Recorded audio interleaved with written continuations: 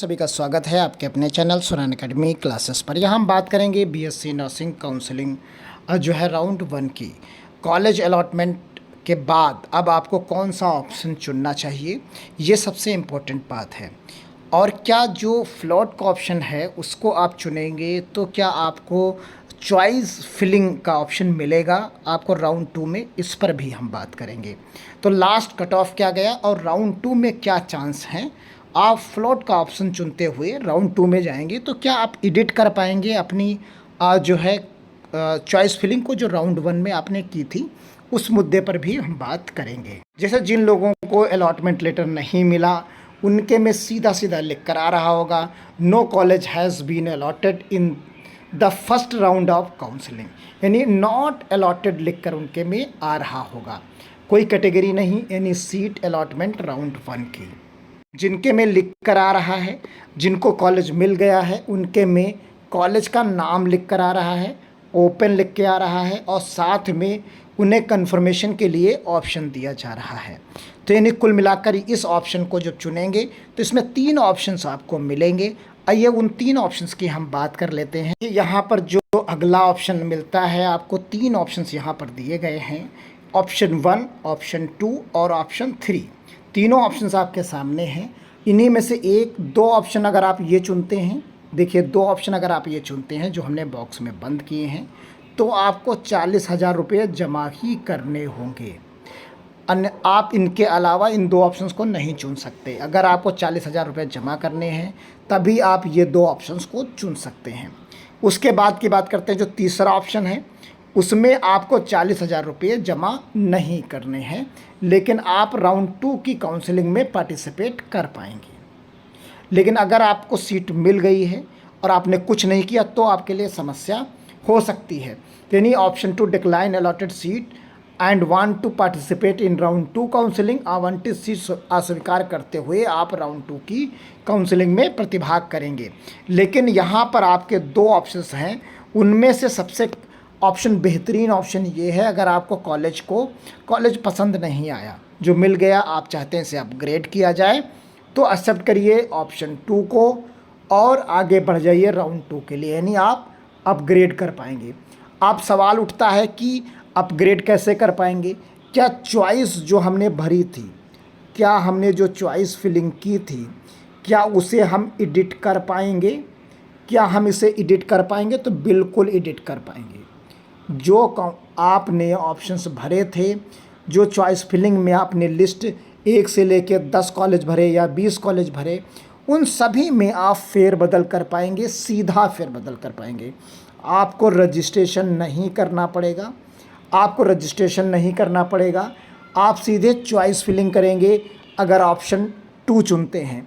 लेकिन अगर आपने ऑप्शन 3 चुना, अगर आपने ऑप्शन को 3 चुना तो आपको रजिस्ट्रेशन भी करना होगा और चॉइस फिलिंग भी करना होगा, यानी 5500 रुपये भी आपको देने होंगे और आप चॉइस फिलिंग भी करेंगे, यानी रजिस्ट्रेशन करते हुए चॉइस फिलिंग करेंगे बिल्कुल नए सिरे से।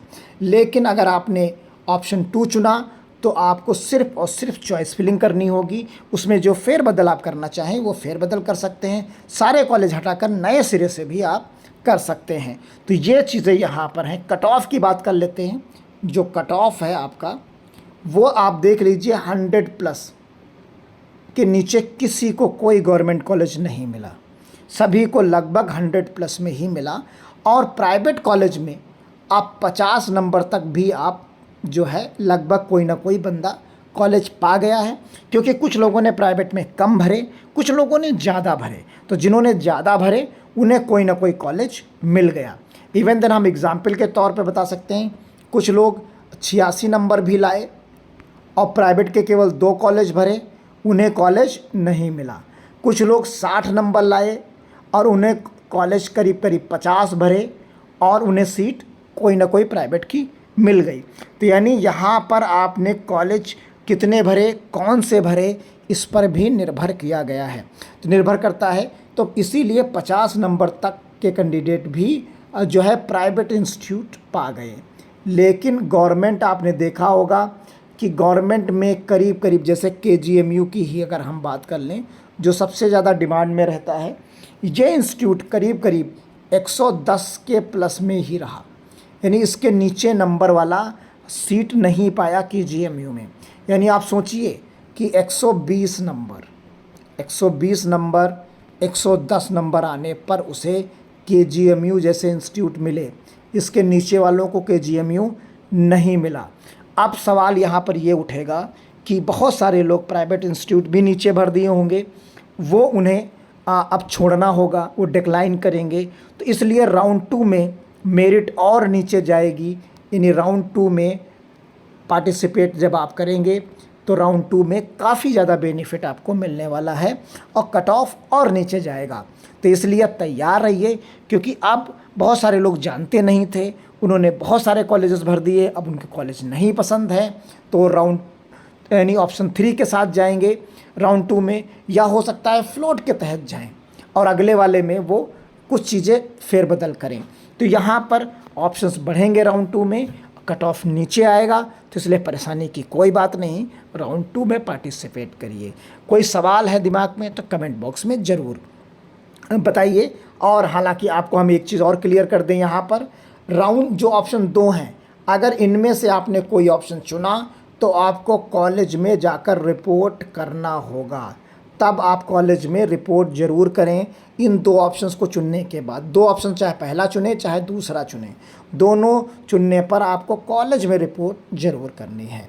क्लियर है? ऑप्शन 3 चुनने पर कॉलेज जाने की ज़रूरत नहीं है।